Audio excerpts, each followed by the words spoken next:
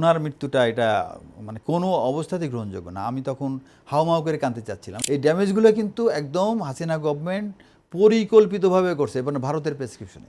এবং আমি ভারতীয় একটা টক শোতেও দেখছি, ওদের সাংবাদিকরা বলছে যে উনার তো একদিন বাঁচার কথা না। আমি যে ম্যাডাম, আপনি সংবাদ তো এইটাই যে আপনাকে কিন্তু বাড়ি থেকে বের করে দেবে, অপমান করে বের করবে। বলে কি করেন, আমাকে বাড়ি করে ওদের কী লাভ? ওদের লাভ, ওদের প্রতিহিংসা। যে আমরা জিয়াউর রহমানকে যেটা দেখি এটা হলো জাস্ট শোরুমের টাইপ, কিন্তু ওই যে ভিতরের যে কথাটা সেটা তো বেগম জিয়া। চিরবিদায় নিলেন বাংলাদেশের তিনবারের প্রধানমন্ত্রী, বিএনপির চেয়ারপারসন, দেশনেত্রী বেগম খালেদা জিয়া। চরম অসুস্থতা নিয়ে তিনি মৃত্যুবরণ করলেন, এবং এই অসুস্থতার পেছনে রয়েছে ফ্যাসিস্ট সরকারের নির্মম নির্যাতনের কাহিনী। আমরা আজকে এই উপলক্ষে এমন একজন ব্যক্তিকে উপস্থিত করেছেন আমাদের স্টুডিওতে, যিনি হচ্ছে মহসিনুল করিম, যিনি 1991 সালের প্রধানমন্ত্রী নির্বাচিত হওয়ার পরে বেগম খালেদা জিয়াকে শপথ গ্রহণেরও আগেও তিনি গার্ড অফ অনার দিয়েছিলেন, এবং বেগম খালেদা জিয়াকে খুব কাছ থেকে বিভিন্ন ঘটনার সময় দেখেছেন। আমরা সেই ঘটনাটির কথা শুনবো, এবং পরবর্তীতে খালেদা জিয়ার সঙ্গে তার সখ্যতা এবং ঘনিষ্ঠতা নিয়েও দু একটি বিবরণ তার কাছ থেকে শুনবো। আসছি আমরা মহসিনুল করিমকে। আপনাকে ধন্যবাদ আমাদের স্টুডিওতে আসার জন্য। মহসিনুল করিম, আপনি বেগম খালেদা জিয়াকে প্রথম গার্ড অফ অনার দিয়েছিলেন যখন উনি প্রথমবার নির্বাচনে বিজয়ী হলেন, তার দল নির্বাচিত হল এবং তিনি প্রধানমন্ত্রী হওয়ার পথে। আপনি একটু সেই সময়কার স্মৃতিচারণ করবেন, কেমন দেখেছিলেন, কি অবস্থা, কি করেছিলেন, পরবর্তী দৃশ্য বা পরবর্তী ঘটনা প্রবাহ যদি একটু দর্শকদের জন্য বলেন, আমাদের দর্শকদের জন্য। ধন্যবাদ। না, এমন একটা প্রসঙ্গ আপনি কথা বলেছেন, এটা আসলে খুবই কষ্ট লাগে যে আমার স্মৃতিতে এটা এমনভাবে জলজলে হয়ে আছে যে আমি জীবনে কোনোদিনও গার্ড অফ অনার দিই নাই। This is first and last. এবং যখন উনি নির্বাচিত হয়েছেন তখন শাহাবুদ্দিন গভর্নমেন্ট ছিলেন, প্রেসিডেন্ট শাহাবুদ্দিন, এবং দেশে তখন পার্লামেন্টারি ফর্ম ছিল না, প্রেসিডেন্সিয়াল ফর্ম ছিল। তো উনি নির্বাচিত হয়েছেন, এবং নির্বাচিত হওয়া মানে তো প্রেসিডেন্ট হবেন। আপনারা হয়তো সবাই জানেন যে এই বাংলাদেশের বর্তমান যে পার্লামেন্টারি ফর্ম, এটা কিন্তু উনার দেওয়া। উনি যদি সাপোর্ট না করতেন তাহলে প্রেসিডেন্সিয়াল ফর্মই থেকে যেত। যাই হোক, তো ওই সময় একটা বন্যা হয় 91 সালের মাঝামাঝি সময়ে। তো বন্যায় উনি বন্যা দুর্গত এলাকা দেখতে গিয়েছিলেন, এবং রংপুর খুবই ব্যাডলি এফেক্টেড এলাকা ছিল। তো উনি যখন ওখানে যাবেন, ওনাকে একটা গার্ড অফ অনার দেওয়া হবে। তো সেই সময় কেন যেন একটা খোঁজাখুঁজি হচ্ছিল যে খুব ফর্সা দেখে একজন অফিসারকে সিলেক্ট করা হোক। তো যেভাবে হোক, আমি খুব ফর্সা কিনা যাই না, তো আমাকে নির্বাচিত করা হলো, এবং আমি আমার ব্যাটালিয়নের সৈনিকদের নিয়ে আমি 1 দিন বা 2 দিন সময় পেলাম প্র্যাকটিস করার জন্য। তো প্র্যাকটিস করে একটা স্টেজ বানানো হলো, এবং আমরা রেডি হলাম। তো উনি আসলেন, ওনাকে গার্ড অফ অনার দেওয়া হলো। খুব হাস্যোজ্জ্বল একটা মানুষ, নির্ভার প্রশান্তিময় চেহারা। কাছে থেকে দেখে, এর আগেও দেখছি আমি, কিন্তু এইবার দেখে মনে হলো যে উনি যেহেতু অনেক সংগ্রাম করে দেশে স্বৈরাচার পতন হয়েছে, এবং এককভাবে উনি তার কৃতিত্ব দাবি করতে পারেন, আমরা সবাই জানি এটা। তো ওনাকে মনে হচ্ছিল সে খুবই প্রশান্ত চেহারা তার। আর দেখতে তো আমি এত সুন্দরী মহিলা তো আসলে দেখা যায় না সাধারণত, এত ফর্সা চেহারাটা, এত বিউটিফুল, আমি এইটুকুই শুধু বলবো। তো উনি আসলেন, উনি স্টেজে উঠলেন, আমি গার্ড অফ অনার দিলাম, গার্ড অফ অনার ওনার সাথে সাথে হাঁটলাম। আশ্চর্য ব্যাপার হলো যে অনেক বছর পরে ওনার সাথে আমার দেখা হয়, উনি আমাকে চিনলেন। কত বছর পরে? অনেক বছর, মানে এটা ধরেন সেটা তো 91-এর কথা। আর ওনার সাথে তারপরে সামনাসামনি দেখা হয়েছে 2009। কোন ঘটনায়? এই 2009 বিডিআর ইনসিডেন্টের পরে আমাদের যখন চাকরি চলে যায়, তো চাকরি চলে গেলে সে সময় তো আমরা 6 জন অফিসার প্রথম চাকরি যায় জুন মাসে। তো 6 জনের মধ্যে আবার আমাদেরকে বলা হয়েছিল যে যদি মাপ চেয়ে দরখাস্ত করা হয় তাহলে চাকরির পেনশন বেনিফিট দিবে। তা আমি ওটা ডিক্লাইন করি যে নো, আমি কোনো অন্যায় করিনি, আমি মাপ চাইতে পারবো না। এবং এই কারণেই শেষ পর্যন্ত, আর আমার দোষী হোক গুণী হোক, আমার চাকরিটা আর আমি পেনশন বেনিফিট পাই না, এবং তবে খুবই করুণ অবস্থা তখন। এবং বাই দ্যাট টাইম আমাকে আমার সেনানিবাসের যে বাসা, সেখান থেকে পুলিশ দিয়ে বের করে দেওয়া হয়েছে। তা আমি তখন তো রাস্তায় পড়ে গেছি একদম। তো উনি আমাকে ডাকলে, আমি কে ডাকলেন? বেগম খালেদা জিয়া, ভায়া মিডিয়ায় খবর পেলাম আমি যে উনি আমার সাথে দেখা করতে চান। উনি আপনাকে খবর দিলেন জি, এই উনি খবর ঘটনার দিলেন। পরে, আপনি চাকরিচ্যুত হওয়ার পরে? পরে হ্যাঁ, তো আমি তখন ওনার গুলশান অফিসে একটা সময় দিয়েছিলেন রাত্রে, তো আমি গেলাম, দেখলাম যে উনি মনে হয় আমার জন্য অপেক্ষা করছেন। তারপর আমি যে ওনার অফিসে গেলাম, একা একা আমরা দুজন কথা বলছি। উনি আবার টেলিভিশনটা একটু শব্দটা বাড়ায় দিলেন, বললেন যে এগুলো মানুষ আড়ি পাতে, এটা বললেন উনি। বলে তারপর বললেন ঠিক আছে বলেন। তো প্রথমেই বলতেছেন উনি যে আপনাকে কেন যেন চেনা চেনা লাগছে। তখন আমি বললাম যে ম্যাডাম আপনি এটা মনে আছে কি না সেটা জানি না, আপনি জীবনে প্রথম যে গার্ড অফ অনারটা পেয়েছেন সেটা আমি দিয়েছিলাম। বলে হ্যাঁ হ্যাঁ রংপুরে। তখন আমি বললাম জি ম্যাডাম, আপনি যদি মনে থাকে বলেন হ্যাঁ এখন আপনাকে স্পষ্ট মনে পড়ছে আমার, কারণ ওনারও তো জীবনে প্রথম একটা এক্সপিরিয়েন্স। তো যাই হোক, তারপরে উনি শুরু করলেন যে বলেন এখন আপনার কি অবস্থা, অন্য অন্য অফিসারদের অবস্থা কি।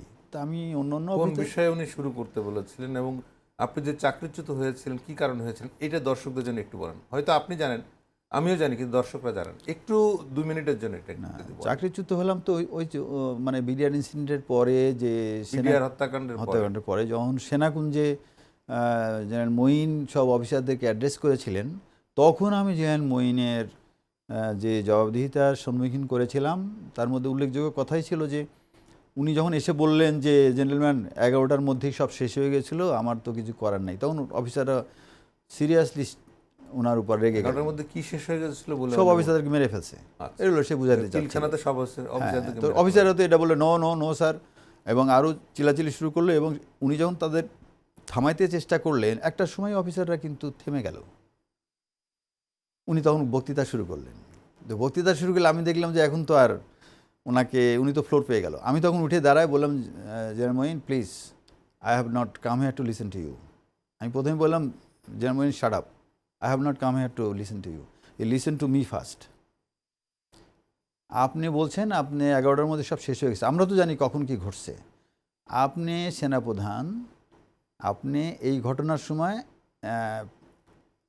খুব খারাপ করেই বলছি যে আপনি হাসিনার শাড়ির নিচে বসেছিলেন, আর এখন আসে আপনি বলতেছেন যে আপনি দেশের সেনাপ্রধান। We get out from here, we don't want you, আমাদের কোনো সেনাপ্রধান দরকার নাই, we will solve our problem. এবং তখন উনি ড্যাশ থেকে নেমে গেছেন, হাঁটা দিছে। তারপরে দেখলাম যে তাহলে আলোচনা কিভাবে হবে। আমি ভাবলাম যে এটা তো একটা ভুলই হয়ে গেল। তখন আমি ওনাকে ডাকলাম যে আপনি স্টেজে ফেরত আসেন, আমার কিছু প্রশ্নের জবাব দিয়ে তারপরে যান।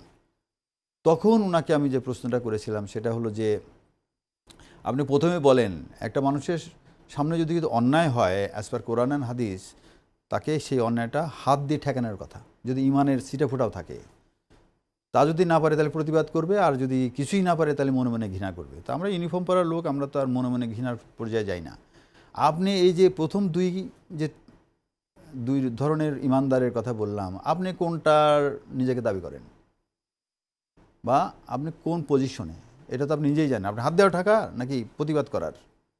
তো সেইটার কোনো জবাব দিল না। জবাব যখন দিলেন না, তখন আমি বললাম যে আচ্ছা ঠিক আছে, আপনার জবাব দেওয়া দরকার নাই, আপনি চলে যাচ্ছিলেন। আমি লজ্জিত যে আপনি একজন পদাধিক অফিসার, আমিও পদাধিক অফিসার, তা একজন জুনিয়র অফিসার চ্যালেঞ্জ করলো জন্য আপনি ফেস করতে পারলেন না, আমি লজ্জিত সেজন্যে। এখন আপনি একটা কাজ করেন, কারণ যা ঘটছে এখন আমাদের, যারা এই ঘটনা ঘটেছে তাদেরকে আমাদের ধরতে হবে এবং বিচারের সম্মুখীন করতে হবে।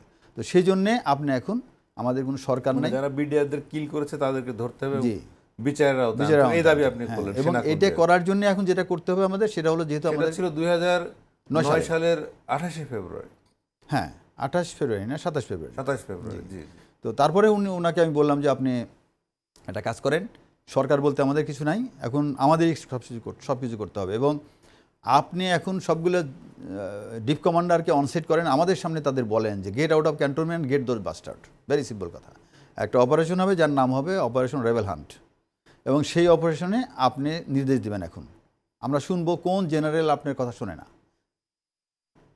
আর উপস্থিত যে জেনারেলরা আছে তাদেরকে উদ্দেশ্যে আমি খুব চিৎকার করেই বলছি যে এখানে যে সমস্ত জেনারেল বসে আছেন, আপনাদেরকে হুঁশিয়ার করে দিচ্ছি যে উনি যদি এরকম কাজ করে আমরা সবাই তাকে সাপোর্ট দিব, এবং সেই ক্ষেত্রে সরকারও ওনাকে সেনাপ্রধান থেকে সরাই দিতে পারেন। আপনাদের জন্য একটা হুঁশিয়ারি, সেটা হলো কেউ সেনাপ্রধান হিসেবে টেক ওভার করবেন না যদি উনি আমাদের এই প্রস্তাব মেনে নেন। বাট উনি আমাকে যেভাবেই হোক বুঝাতে চেষ্টা করলো যে এভাবে তো হয় না, সরকারের অর্ডার লাগে। আমি সরকারই তো নেই, ইনফ্যাক্ট আমি ওনাকে কান্ট্রি টেক ওভার করার কথা বলছিলাম। উনি যে প্রণব মুখার্জির সাথে কি করছে, তার এইগুলো করে যে উনি বুকড হয়ে আছে, এগুলো তো আর আমাদের ওই সময় ওইভাবে বোঝার কথা না। আপনারা অনেকেই হয়তো জানেন না যে উনি প্রণব মুখার্জির সাথে যে কথাবার্তা হয়েছিল, সেই সময় উনি কিন্তু 6টা ঘোড়া নিয়ে আসছিল গিফট।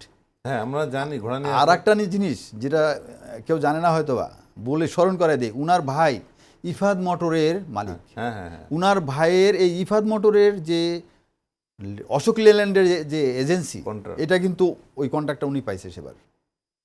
কোনো না কোনোভাবে দেখেন কিছু একটা পাওয়ার বিনিময়ে সে এই কাজটা করছে এবং তাকে গ্যারান্টি দিছে কোন প্রণব কাজটা মুখার্জি। করছে আপনি? ওই যে ইফাদ অশোক লেল্যান্ডের এজেন্ট হচ্ছে তার ভাই। কি এই বিনিময়ে উনি কি করেছে? বিনিময়ে উনি ওনাদের সবকিছু বিক্রি করে দিছে এবং বিক্রি করে বলে কি বোঝাচ্ছে? বিডিআর হত্যাকাণ্ডের সম্পূর্ণ সহযোগিতা করেছে সে।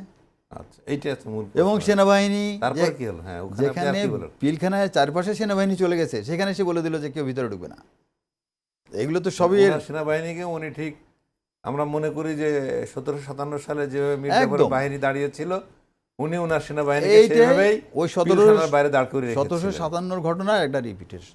রিপিটেশন। একদম। অর্থাৎ ওই দিনই মনে করে আমরা মনে করতে পারি বাংলাদেশের সার্বভৌমত্বের সূর্যটা অস্তমিত গিয়েছিল। যে পলাশীর ময়দানে যেমন গেছে ওইটাই গেছে এবং সেইটাই থেকে আমরা যে 16-17 বছর। আচ্ছা মহসিন কুমার, আপনার কাছে আবার ফিরে আসছে যে এরপরে বেগম খালেদা জিয়ার কাছে আপনি এই কথাগুলো বললেন ওই গুলশান অফিসে, ডিটেল বললেন। হ্যাঁ, ওই না ওই বিডিআর কিলিং নিয়ে সবকিছু বললেন। যেটা জিজ্ঞেস করলেন সেটার পরের অংশটাই হলো যে উনি যখন এগুলো করলেন না, তখন আমি বললাম ঠিক আছে, go and call prime minister.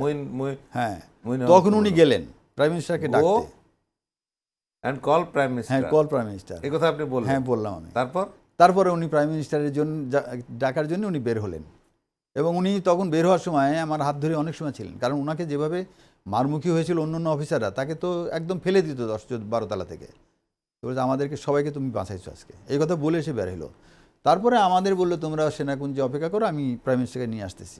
পরে উনি ফেরত আসছে সন্ধ্যার আগে, আমাদেরকে বললো উনি তো আজকে আসবেন না, ব্যস্ত, কালকে আসবে, তোমরা কালকে ওনার সাথে কথা বলবা। এবং পরের দিন আমরা কথা বলছি এবং ওইখানেও অফিসাররা প্রাইম মিনিস্টারের সাথে যেরকম রাগারাগি, গালাগালি এবং চেয়ার ভাঙাভাঙি শুরু করছিল, প্রায় 1 ঘন্টা কিন্তু মিটিং বন্ধ ছিল প্রধানমন্ত্রীর সামনে। হ্যাঁ, প্রধানমন্ত্রীর সামনে এবং শেখ হাসিনার সামনে। এবং তখন আমাকে একজন সিনিয়র অফিসার মাইক্রোফোন ধরাই দিয়ে বলছিল যে কালকে যেমন তুমি অফিসারদের নিয়ন্ত্রণ করছো, আজকেও সামনে যাও। তা আমি সেদিনও সামনে গিয়েছিলাম এবং ওনাকে যে প্রশ্ন করেছিলাম তার মধ্যে 2টা ছিল, যে একটা আপনার পার্টি জড়িত, কারণ আপনার পার্লামেন্টে মিনিস্টাররা বলছে, এমপিরা বলছে যে এই সমস্ত শেখ হাসিনাকে প্রশ্ন করেছে। হ্যাঁ, যে লেফটেন্যান্ট কর্নেল মেজরদের আমরা দেখে নেব। এই পার্লামেন্টের প্রথম সেশনে এই কথাগুলো হয়েছে। তো এই যে দেখে নেব বলছিল, তার তো বুঝতেছি এইটাই সেই ঘটনা। 2 নম্বর হলো যে বিডিআরের ভিতরে যখন অফিসারদের হত্যা করা হয়, তখন আপনার দলের লোক মিছিল করলো যে বিডিআর ভাই ভাই অফিসারের রক্ত চাই, আপনার দল জড়িত। 3 নম্বর হলো যে আপনি 25 তারিখে একটা অনুষ্ঠান হওয়ার কথা ছিল, যেটাতে আপনি যাবেন না, আগে থেকে চিঠি দিয়ে জানাই দিয়েছেন, যে ঘটনা কোনোদিনও ঘটে নাই। তো এই না যাওয়ার যে সিদ্ধান্ত, এইখানেই ষড়যন্ত্রের গন্ধ আছে ম্যাডাম, আপনি জবাব দেন। তো যাই হোক, শেষ পর্যন্ত আমি আমার 3টা লিখিত পয়েন্টও ছিল, এগুলো দিয়ে পরে আমি আমার বক্তব্য শেষ করেছিলাম। আর যে কথাগুলো ছিল শেখ হাসিনা কি কোনো জবাব দিয়েছিলেন আপনার এই কথার? উনি আমাকে শুধু ওই মিছিলের কথার ব্যাপারটা বলেছিলেন। যখন আমি বলছি যে আপনি এই অনুষ্ঠানে যাবেন না, চিঠি দিয়েছেন, ওই চিঠির ব্যাপার আমি বলছি চিঠি আমি বের করতে পারবো, ওই চিঠি আমার যে দেখছে সে এখনও জীবিত আছে। তখন উনি বললেন ওই চিঠির কথা না বলে বললো কি না, শাকিল আমার সাথে কথা বলছিল, আমি বলছিলাম যে আমি একটু ব্যস্ত আছি, যাব না। আমার সাথে আমি তো বলেছিলাম তাকে। আমি তখন বললাম যে তার ওই যে কথাটা, মিছিলের ব্যাপারটা, তো মিছিলের কথা বলে না, এটা ভুল তথ্য, এটা ওই বিএনপির লোকজন করছে। তাই আমি ম্যাডাম, বিএনপির লোকজন ইলেকশনে হেরে ইঁদুরের গর্ত খুঁজে পাচ্ছে না, আপনি এগুলো কথা বলেন না, আপনার লোকই করেছে, you have to find out এবং বিচার করতে হবে। আর যেটা বলেছিলাম সেটা আরও মানে কঠিন কথা, সেটা বলছিলাম যে ম্যাডাম আপনার 2 ভাই আর্মি অফিসার ছিল, আপনি আর্মি অফিসারের হত্যাকাণ্ডে জড়িত থাকবেন, এটা আমার বিচার করতে ইচ্ছা হয় না। কিন্তু আপনি বলেন, আপনার বাবা যখন প্রাইম মিনিস্টার ইলেক্টেড, তখন সে সেনাপ্রধান জিয়াউর রহমানের হওয়ার কথা ছিল, আপনার বাবা শফিউল্লাহকে করেছিল রংম্যান, এবং রংম্যানের জন্যই কিন্তু ওনার জীবন দিয়ে উনি তার মূল্য দিয়ে গেছে। আপনি প্রথমবার সেনাপ্রধান হয়ে নিয়ে আসছেন, প্রাইম মিনিস্টার হয়ে নিয়ে আসছেন আপনার আত্মীয়কে রিটায়ারমেন্ট থেকে। আপনার পাশে যিনি বসে আছেন, উনাকে যারা 12 জন টপ ক্যাশ সেনাপ্রধান তৈরি করেছে, তাদের সাথেও তো উনি কী করতেছে আমরা দেখতেছি। এই যে আমাদের রং ম্যানকে যখনই সেনাপ্রধান বানান, তখন এই ঘটনাগুলো ঘটে। আজকে যদি রাইট ম্যান সেনাপ্রধান থাকতো, তাহলে কিন্তু বিডিআরের একটা অফিসারও মারা যেত না। তো আপনারা যে এগুলো করেন, এগুলো করে সেনাবাহিনীকে নষ্ট করেন। সেনাবাহিনী আর দেশ, এটা কোনো কারো পৈতৃক সম্পত্তি না ম্যাডাম, যে আপনারা যা খুশি তাই করবেন। সেনাপ্রধান যারা উচিত তারে বানান এবং তার হাতে ছেড়ে দেন। তারপরে বললাম যে এই যে আপনারা যে নপুংসকদেরকে সেনাপ্রধান প্রমোশন দেন, অনেক আছে মেজর হওয়ার যোগ্যতা নেই, আপনি মেজর জেনারেল আপনারা বানান। এই পলিটিশিয়ানরা আর্মিটা ধ্বংস করতেছে এবং সেনাবাহিনীর বর্তমান যে অবস্থা, আমি গ্যারান্টি দিয়ে বলতে পারি এই সেনাবাহিনীতে যুদ্ধ হবে না।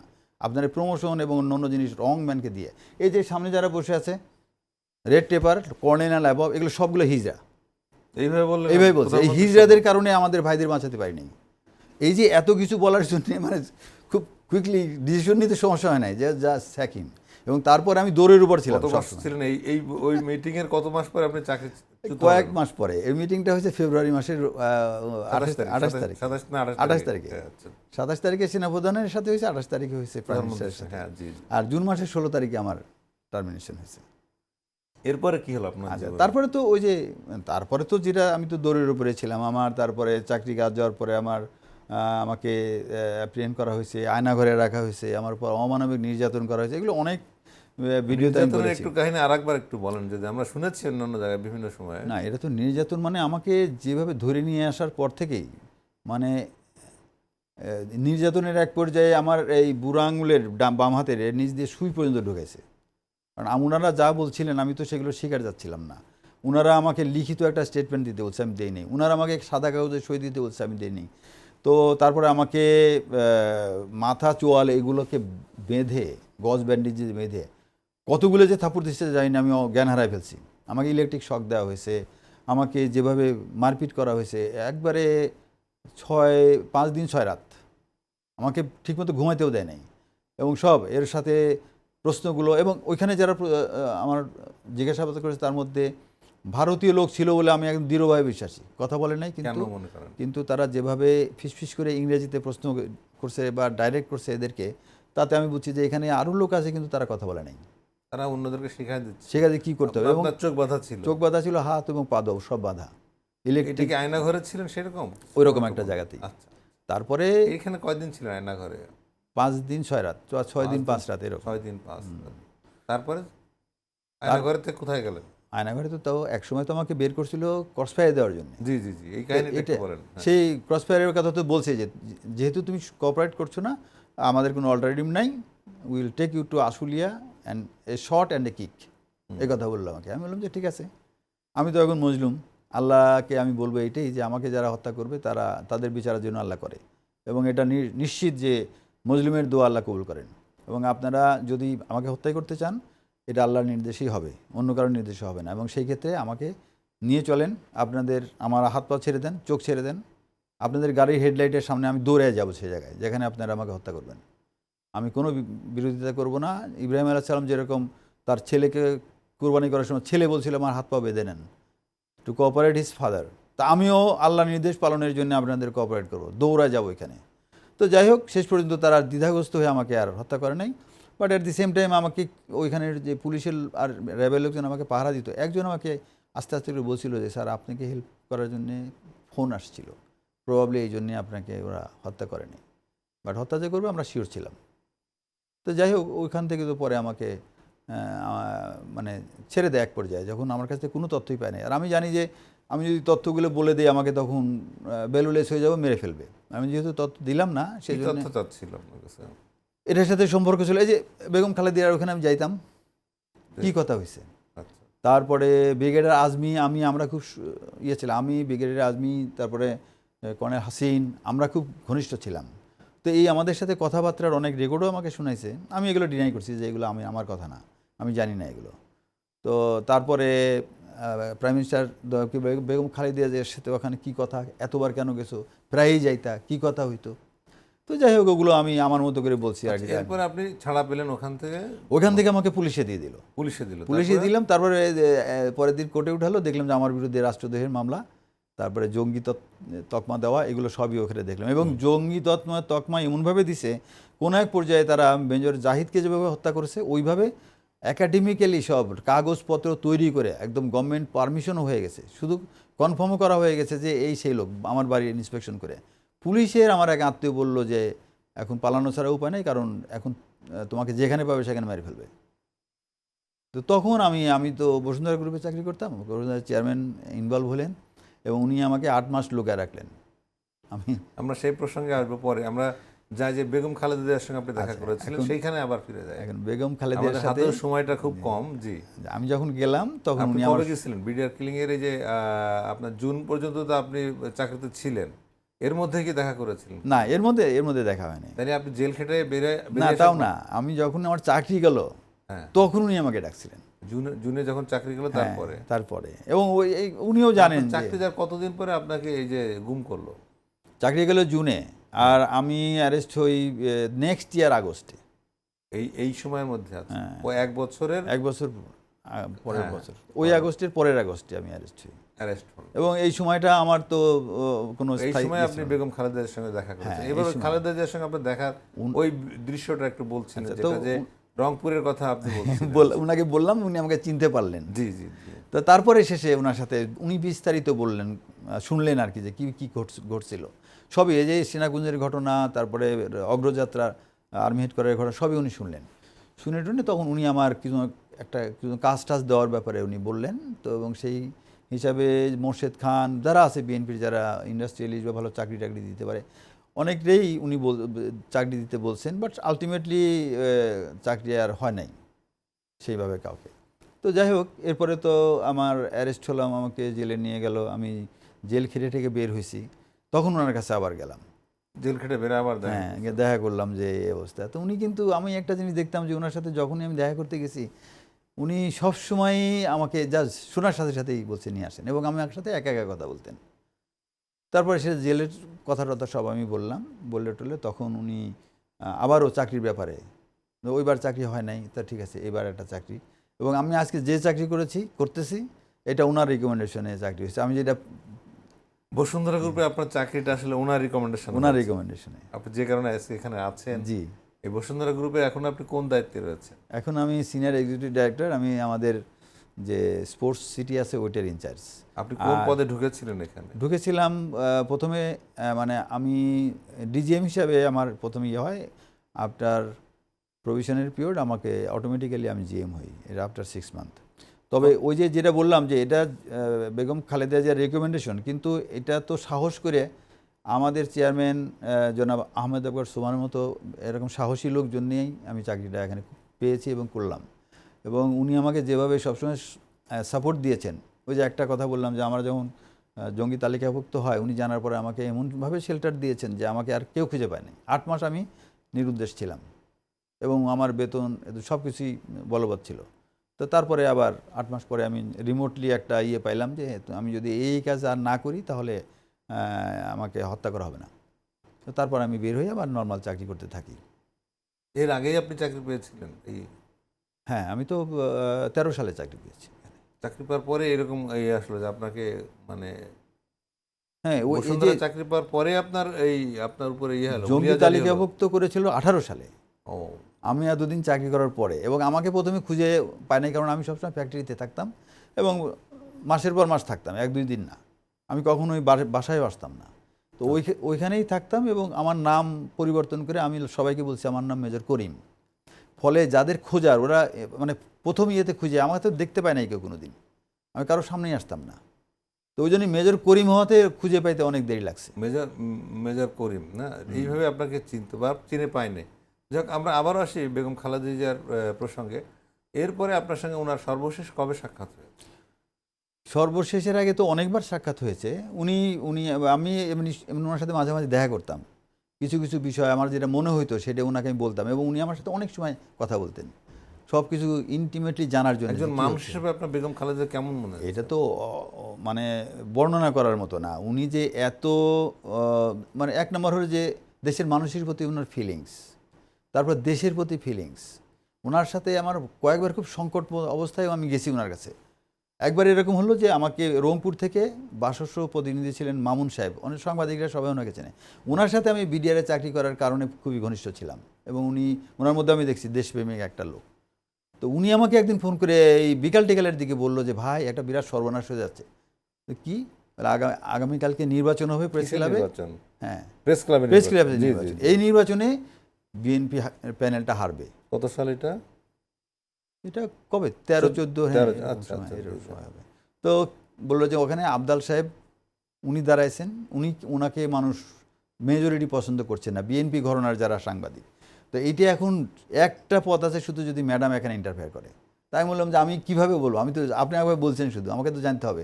তখন উনি আমাকে কিছু লিঙ্ক দিলেন, আমি প্রেস ক্লাবে যাই, ওই সমস্ত লোকের সাথে কথা বললাম, সাংবাদিকদের সাথে কথা বললে উনারা আমাকে একদম চোখে আঙুল দিয়ে বুঝাই দিল যে ঘটনা সত্য ঘটতে যাচ্ছে। আমি ফুললি কনভিন্স, রাত 10টার দিকে ফেরত আসলাম, সরাসরি ওনার অফিসে গেলাম, ম্যাডামের অফিসে, এবং ম্যাডামের সাথে আমি দেখা করলাম। তো আমি দেখা করার সময় ওরা সবাই জানতে চাচ্ছে কী জন্য আসছেন। আমি তখন আর কিছু তো বলবেন আপনারা, আমরা কিছুই জানবো না। তারপর শেষে আমি বললাম যে আগামীকালের নির্বাচনের ব্যাপারে। তখন ওনারা বললো যে তাহলে এই ব্যাপারে হলো তো ওই কি ছিলেন উনি প্রেসের, মাসুদ কামাল না, মারুফ কামাল। তো মারুফ কামাল সাহেবের কাছে আমাকে নিয়ে গেল। তো আমি আবার মারুফ কামাল সাহেবের ছেলের সাথে জেল খাটছি, জেলে ছিল ওনার ছেলে কিছুদিন আমার সাথে। তা আমি আমি ওইভাবে আমি ভালো করে চিনি যে উনি অমকের বাবা। তা আমি শেষে ওখানে গেলাম ওনার কাছে, ওনার রুমে গেলে তখন উনি সংক্ষেপে খালি আমি বললাম যে এই কথা বলতে যাব, যেহেতু আপনি প্রেসের, সেই জন্য আপনাকে জানানোর ব্যাপার। তখন উনি বললো যে ঠিক আছে চলেন। আমাকে কিন্তু বললো না যে আপনি এটা বলেন না বা যায়েন না, আমি নিয়ে আসলো। আমি গেলাম ওনার কাছে, এবং তখন ম্যাডাম আবার ওনাকে বের করে দিল যে ঠিক আছে তোমরা সব যাও। তা আমি বসে বসে ওনাকে সব বিস্তারিত বললাম। মানে ওই নির্বাচনের আগের দিন, নির্বাচনের রাত্রে, পরের দিন হবে নির্বাচন। আপনি ম্যাডামকে বললেন, বেগম খালেদা জিয়াকে বললেন যে প্রেস ক্লাব নির্বাচনে সৈয়দ আব্দুল আহমেদ হেরে যাচ্ছে, এটা বুঝলাম, এই পরিষদটা হেরে যাচ্ছে। হ্যাঁ, এবং এই প্যানেলটা আরও অনেকে হারবে, সেইখানে যে গ্রুপিংটা আছে এটা ভেঙে দিতে হবে। তো কি করা যায় ভাই? আমি বললাম যে ম্যাডাম আপনি এখন জেনারেল সেক্রেটারি থেকে শুরু করে এই লোক, মোটামুটি প্রেসিডেন্ট মেম্বার যারা যারা ছিল, আর সবাই তো থাকে, উনি 12টা পর্যন্ত থাকলেও সবাই থাকে, এনাদেরকে ডেকে আপনি কড়া ভাষায় বলবেন যে I do not want anything, যে গ্রুপিংগুলো হচ্ছে এটা যদি হয় তাহলে আমি কঠোর ব্যবস্থা নেব, আপনি এইভাবে বলবেন। তখন বললো আচ্ছা এটা কতটুকু, উনি আমি জানি না, কনফার্ম করার জন্য হয়তো আর বেল টিপলো না কি করলো, ওই আসলো মারুফ কি নাম, কামাল খান সোহেল। হ্যাঁ, উনি আসলে ওনাকে আমার সামনে জিজ্ঞেস করলো উনি কি কথা বলছে জানো কিছু? জি ম্যাডাম। তো উনি যেগুলো বলছে এগুলো সত্য? জি ম্যাডাম। তো তুমি তাহলে আমাকে বলো নাই কেন, তোমার তো সাবজেক্ট। ম্যাডাম ভয় বলিনি, তো সত্য কথা বলতে তোমরা ভয় পাও, আমি কি ওইরকম? একটা সর্বনাশ হতে যাচ্ছিল, উনি যা বলছে এটা যদি সত্য হয়। আমার সামনে কিন্তু সবাইকে ডাকছে, আবার ডাকে একদম যা বলার বললো। আমি আবার চলে আসলাম যে আমার সামনের লোকজনকে ধমকাধামকি করতেছে। তো আপনার মনে আছে কাদেরকে ডাকছিল? এতে জেনারেল সেক্রেটারি সবাইকে তো আছেন, নজরুল ইসলাম খান জেনারেল সেক্রেটারি ছিলেন যিনি, উনি, তারপরে বিএনপির একদম টপ লেভেলের সবাইকে ডাকছে। আমি বলছিলাম এই কয়জনকে ধমক দিয়ে দেন। বরিশালের সম্ভবত একটা স্ট্রং গ্রুপ ছিল যারা কিছুতেই ভোট দিবে না আবদাল সাহেবকে। আচ্ছা, যাই হোক, ওটা বলার পরে আল্লাহর রহমতে তারপরের দিন নির্বাচনে ওই প্যানেলটা জিতছে, ওই প্যানেলটা সবুজ এবং আবদাল। হ্যাঁ, সবুজ এবং আবদাল। তো যাই হোক, এই ইয়েতে উনি আমার, এরপরে সর্বশেষ আপনার সঙ্গে কবে খালেদা জিয়া দেখা হচ্ছে? এরপর তো অনেকবার দেখা হয়েছে।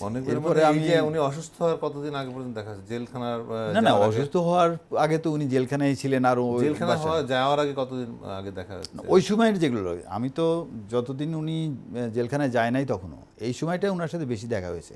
কতগুলো খুব ইম্পর্টেন্ট সময় দেখা হয়েছে। একটা হলো যে যখন নির্বাচন না করার সিদ্ধান্ত নিলেন উনি, ওই সময় একবার আমি গেছি। কত সালে? যেবার বিএনপি অংশগ্রহণ করলো না, 18 সালে, 18ই হবে মনে হয়। তখন আমি গেছি একবার ওনার কাছে, মাঝে মাঝে তো যেতাম। তো গেলাম, উনি ফ্রি অ্যাক্সেস, সবাই বললো যে ঠিক আছে যান, গেছি, যা ওনার সাথে কথা বললাম। তা ওনাকে আমি নির্বাচনে জয়েন করার কথা ওনাকে বোঝাতে চেষ্টা করলাম যে ম্যাডাম আপনি যদি জয়েন না করেন তো পার্লামেন্টে কিন্তু কেউ থাকবে না বিরোধী, এবং আপনি 18 সালে না 14 সালে? না, 14 ইলেকশনে তো কি জয়েন করছিল, আমার অত ভালো মনে নাই কোন সময়ের কথা। 14 ইলেকশনে জয়েন করেন? যেবার জয়েন করেন সেবারের ঘটনা এটা। ওই যে 153 জন বিনা ভোটে নির্বাচিত হয়ে গেল। হ্যাঁ হ্যাঁ হ্যাঁ, যেবার উনি জয়েন করলেন না, তখন আমি বললাম যে আপনি জয়েন করেন। তো বলে কেন জয়েন করবো, কেন আমরা কেন ওদের এই পাতানো নির্বাচনে যাব? ম্যাডাম পার্লামেন্টে যদি আপনি বিএনপির বা প্রতিপক্ষ কেউ না থাকে, আপনি তো সিকিমের কাহিনী জানেন, সিকিমের কি কাহিনী। তখন আমি ধরলাম যে সিকিম কিন্তু এরকম পার্লামেন্টে এমপিরা ভোট দিয়ে ইন্ডিয়াভুক্ত হয়েছে সিকিম, এটা কিন্তু সংগ্রামে করে হয় নাই। তা আমাদের পার্লামেন্টে যদি কেউ না থাকে বিরোধী, ওরা তো একদিন এই প্রস্তাব যদি উঠায়, তো এই প্রস্তাব উঠলে তো সবাই ভোট দিবে, হ্যাঁ আমরা ইন্ডিয়ার অন্তর্ভুক্ত হতে চাই, তাহলে তো আপনি কিছুই করতে পারবেন না, আমরা মাঠে নামবো, মাঠে নামতেই পারবেন না তখন।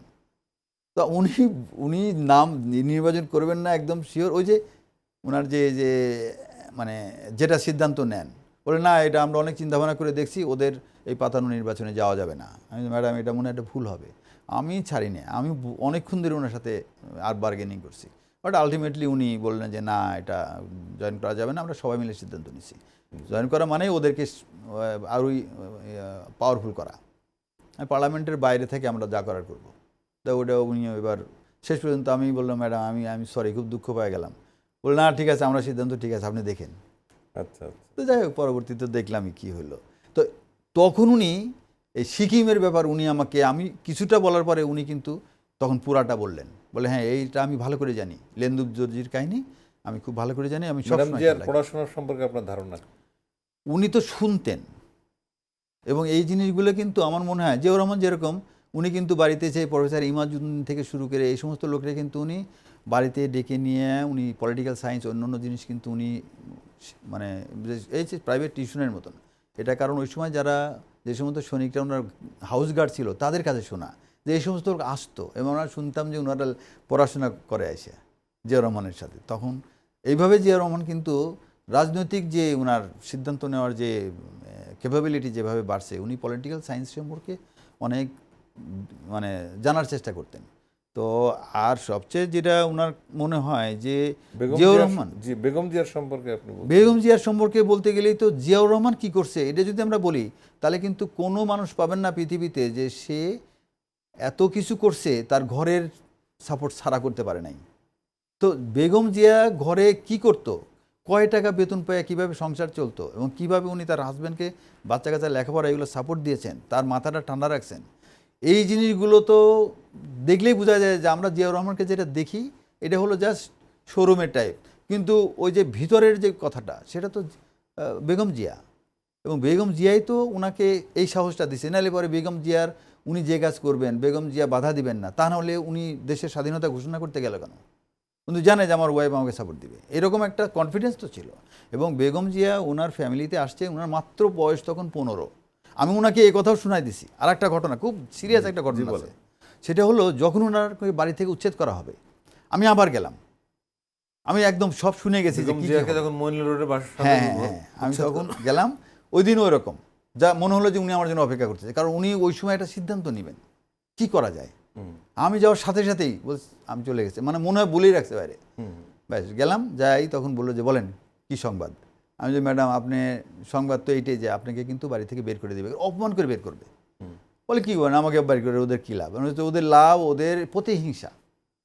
এবং আর্মির মধ্যে যেভাবে কথাবার্তা আমি শুনে আসছি সেটা একদম পরিকল্পনা করা হয়েছে, আপনাকে অপমান করে হোক জোর করে হোক যেমনি হোক বের করে দিবে। তো বলে যে বের করে দিবে, এটা তাহলে দেশের মানুষ কি কিছু বলবে না? আমি ম্যাডাম এখন কেউ কিছু বলবে না, আমি একটা কথা বলি, আপনি যদি আমার কথা শোনেন কিছুই হবে না, তুমি বলেন। তখন আমি বললাম যে আপনি তো 15 বছর বয়সে এই আর্মি ফ্যামিলিতে আসছেন, তো এই সময় থেকে তো আপনি আর্মি ফ্যামিলির সাথেই আপনি জড়িত। এবং আমি এই ইস্ট বেঙ্গল রেজিমেন্টাল সেন্টার চিটাগংয়ে একটা রিউনিয়নের সময় ওনার সামনাসামনি কথা বলার সুযোগ পেয়েছিলাম। ওনাকে তখন সেনাবাহিনীর মধ্যে অফিসারদের মধ্যে যে একটু বিভেদ সৃষ্টি হয়েছে এগুলো নিয়ে কথা বললাম, যখন উনি বললো যে আমি জানি না, আমি যখন পশ্চিম পাকিস্তানে থাকতে তখন তো আমার বাসায় সব অফিসার আসতো। আপনি এখন আর্মিতে যত সিনিয়র অফিসার দেখবেন সবাই আমার বাসায় প্রায় প্রত্যেক দিনই সন্ধ্যার পরে আসছেন, চা নাস্তা করে নাই। আমার তো অত সচ্ছল ছিলাম না তারপরেও, এবং আমাদের সম্পর্ক এত ভালো ছিল, আমি কিন্তু ওই সাহসেই দেশের প্রাইম মিনিস্টার হিসাবে আমি খুব কনফিডেন্টলি কাজ করি। আমার ওই ভাইরা এরাই তো আমার ভাই, আমি তো 15 বছর বয়সে আসছিলাম এই ফ্যামিলিতে। এবং আজকে যারা তখন উনি বলে বসলেন যে আজকে বিডিআরে যারা মারা গেছে এরা তোমার সন্তানের মতন, আমার তো আর কোনো ফ্যামিলি নেই, আমি তো এই 15 বছরে এই ফ্যামিলিতে আসছি। এবং জিয়াউর রহমান ছিল খুব সিনিয়র অফিসারদের মধ্যে একজন, ফলে সে যেরকম অফিসারদের গার্জিয়ান ছিল আমিও ছিলাম, আমি তাদেরকে মাতৃস্নেহে দেখতাম। এইরকম অবস্থা, ম্যাডাম এরাই তো মারা গেল। তখন ওনাকে আমি বললাম যে আপনি এই কথাগুলোই বলবেন, আপনি যদি এই কাজটা করেন তাহলে বলেন কি করতে হবে। আমি বললাম যে আমি সবই আয়োজন করবো, আমি সাংবাদিক সম্মেলন হবে আপনার বাসার সামনে, আপনি ওইখানে বসবেন, সাংবাদিকরা আসবে, আপনি ওনার কাছে এই যে এই ব্যাকগ্রাউন্ডটা দিবেন যে আমার কিন্তু অন্য কোনো পরিবার নাই, আমার পরিবার মানে সেনাবাহিনীর পরিবার, এবং এই যে অফিসাররা মারা গেছে এরা আমার সন্তানের মতন। তা আমি এই বাড়িটাই আমার একমাত্র বাড়ি, আমার আর কোনো জায়গা সম্পত্তি নেই, আমার হাজব্যান্ড আমাকে আর কিছু রেখে যান নাই। তারপরেও যেহেতু আমাদের সন্তানরা তারা মারা গেছে এবং তাদের ফ্যামিলি আজকে এতিম হয়ে গেছে, আমি আমার একমাত্র সম্পত্তি এই আমার সন্তানদের জন্য রেখে আমি চলে যাব আজকে। আমি সরকারের কাছে শুধু একটাই রিকোয়েস্ট, তার আগে আমি বলে নিছি যে ম্যাডাম আপনি বলেন, আপনি যদি একটা পরামর্শ দেন বা প্রস্তাব দেন হাসিনা কি মানবে? না, হাসিনা মানবে না। আমি তারপরে তার মানেই হলো যে আমি বলি, আপনি শোনেন, বললাম যে আমি আপনার সাংবাদিক সম্মেলনে বক্তব্য লিখে দেবো, আপনি কি বলবেন। তার মধ্যে ওই যে ব্যাকগ্রাউন্ডটা হলো যে উনি 15 বছরে একটা বধূ এখানে আসছেন এবং এই সন্তানরা তার সন্তান। আপনি ওইটাই বলবেন যে আমি আমার সব কিছু রেখে গেলাম এখানে, আমি কিচ্ছু নিয়ে যাবো না আজকে। এই বাড়িটা ভেঙে এখানে আমার সন্তানদের জন্য হাই রাইজ বিল্ডিং করা হোক এবং সবাইকে 2টি করে ফ্ল্যাট দেওয়া হোক। আমি এইটার জন্য সরকারের কাছে রিকোয়েস্ট করে আমি এখন চলে যাই। আপনি আর একটু বসবেন না ওখানে। যে বাড়িতে তার বসবাস, যেখানে জিয়া রহমানের স্মৃতি এবং তার সন্তানদের বেড়ে ওঠা, সেই বাড়ি থেকে উচ্ছেদ করে দেওয়া হয়েছে। এরপরে তার জন্য নির্জন কারাবাস ছিল। এই 16 বছরে শুধু বেগম খালেদা জিয়া না, তার দলের নেতাকর্মীদের, অসংখ্য নেতাকর্মী খুন, গুম এর শিকার হয়েছেন এবং অনেকেই জেল খাটছেন দীর্ঘদিন ধরে। আপনি নিজেও একজন সেনা কর্মকর্তা হিসেবে তার ভক্ত ছিলেন বলে আপনার মধ্যে কম নির্যাতন হয়নি। এত কিছুর পরে আজকে যখন বেগম খালেদা জিয়া মারা গেলেন, আজকে তার জন্য হাজার হাজার মানুষ কাঁদছে। আপনার ভেতর থেকে, মানে তার সংবাদটা আপনি যখন শুনলেন আজকে সকালে, কেমন অনুভূতি হচ্ছে? না, আপনি যখন বললেন আমাকে, আপনার কাছ থেকে শুনলাম প্রথম, আপনার সাথে ভোরে আমার দেখা হলো, আমি তখন কি বলছিলাম দেখেন চিন্তা করে, যে আর একটা মরবে কবে, আর একটা সংবাদ। কারণ উনার মৃত্যুটা এটা মানে কোনো অবস্থাতেই গ্রহণযোগ্য না। আমি তখন হাউমাউ করে কাঁদতে চাচ্ছিলাম। আমি তো গেছি, সবার সাথে কথা বললাম, যে আমি কিচ্ছু বলিনি। ওখান থেকে কিন্তু আমি সরাসরি যে আমার অফিসে বসে অনেকক্ষণ বসেছিলাম যে কি হয়ে গেল। উনি তো একটু দেশের একবারে আনডিসপুটেড নেতৃত্বে চলে গেছেন। ওনাকে সবাই মানে কোনো রকম বিতর্ক ছাড়া দেশের সবচাইতে উপরের ব্যক্তি হিসাবে কিন্তু পজিশন দিয়েছেন সবাই। দেশের মানুষ ওনাকে কত ভালোবাসে, আপনি কালকে দেখেন মানিক মিয়া অভিনয় কী হয়। এই যে ওনার সাথে, তবে আমার একটা দাবি, সেটা হলো যে ওনাকে তো এটা উনি যে মৃত্যুবরণ সবাই একসময় করবে, তো উনার যে মৃত্যুটা যেভাবে হলো, আমি তো প্রায় 1 মাস থেকেই এটা জানি। কারণ এখানে এই ডাক্তাররা যারা আছেন, এনাদেরই কলিগ বন্ধু, এরা হচ্ছে আমার মেয়ে জামাইয়ের সাথে তারা চাকরি করছে বা লেখাপড়া করছে। ওদের মাধ্যমে কিন্তু আমি জানি যে উনার এই অবস্থা থেকে উনি কোনোদিন আর ফিরে আসতে পারবেন না। 1 মাস আগে থেকে আমি জানি। তো এই জন্যেই এই যে ফিরে আসতে পারবেন না, কি কারণে, তার কি কি ড্যামেজ হয়েছে, এই ড্যামেজগুলো কিন্তু একদম হাসিনা গভর্নমেন্ট পরিকল্পিতভাবে করছে, মানে ভারতের প্রেসক্রিপশনে। উনার খাদ্য বিষক্রিয়া থেকে শুরু করে যা যা করার, আপনি কি মনে করেন যে খাদ্য বিষক্রিয়া? অবশ্যই করা হয়েছে। উনার চেহারা দেখে তো বোঝা যায়, ওটা তো স্বাভাবিক না। এত ফুটফুটে সুন্দর একটা মানুষ, সে কেমন হয়ে গেছে। এবং ওনার যদি, আমি দাবি করবো যে ওনার পোস্টমর্টম করা হোক, পোস্টমর্টমে বের হবে যে কী ধরনের পয়জন ওনাকে দেওয়া হয়েছিল।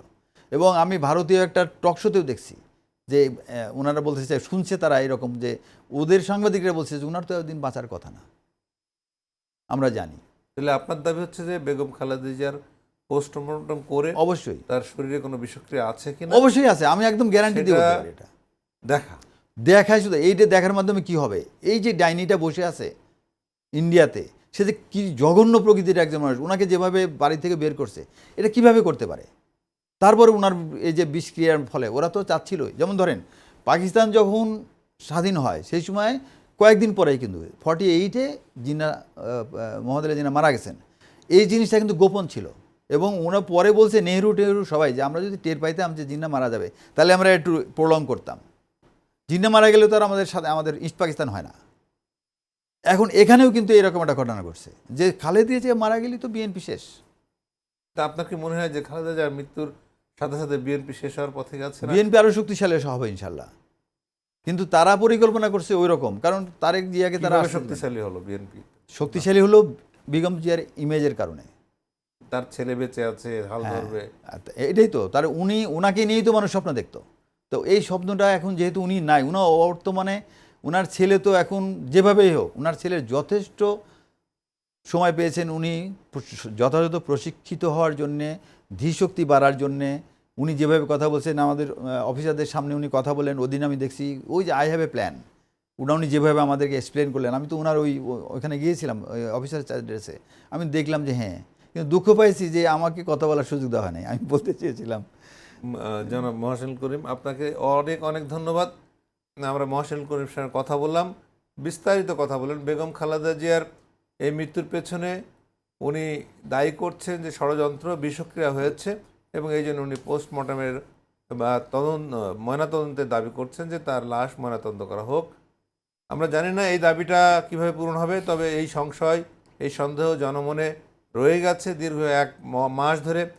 আবারও আপনাদেরকে ধন্যবাদ জানাচ্ছি। অনেক অজানা তথ্য আমরা পেলাম বেগম খালেদা জিয়া সম্পর্কে, যে খবর এর আগে কখনো আমরা জানতে পারিনি। এই জন্য মহাসেন কর্মীর প্রতি আমাদের কৃতজ্ঞতা এবং আবার ধন্যবাদ জানাচ্ছি। প্রিয় দর্শক, ভালো থাকবেন, সুন্দর থাকবেন, সুস্থ থাকেন। খোদা হাফেজ।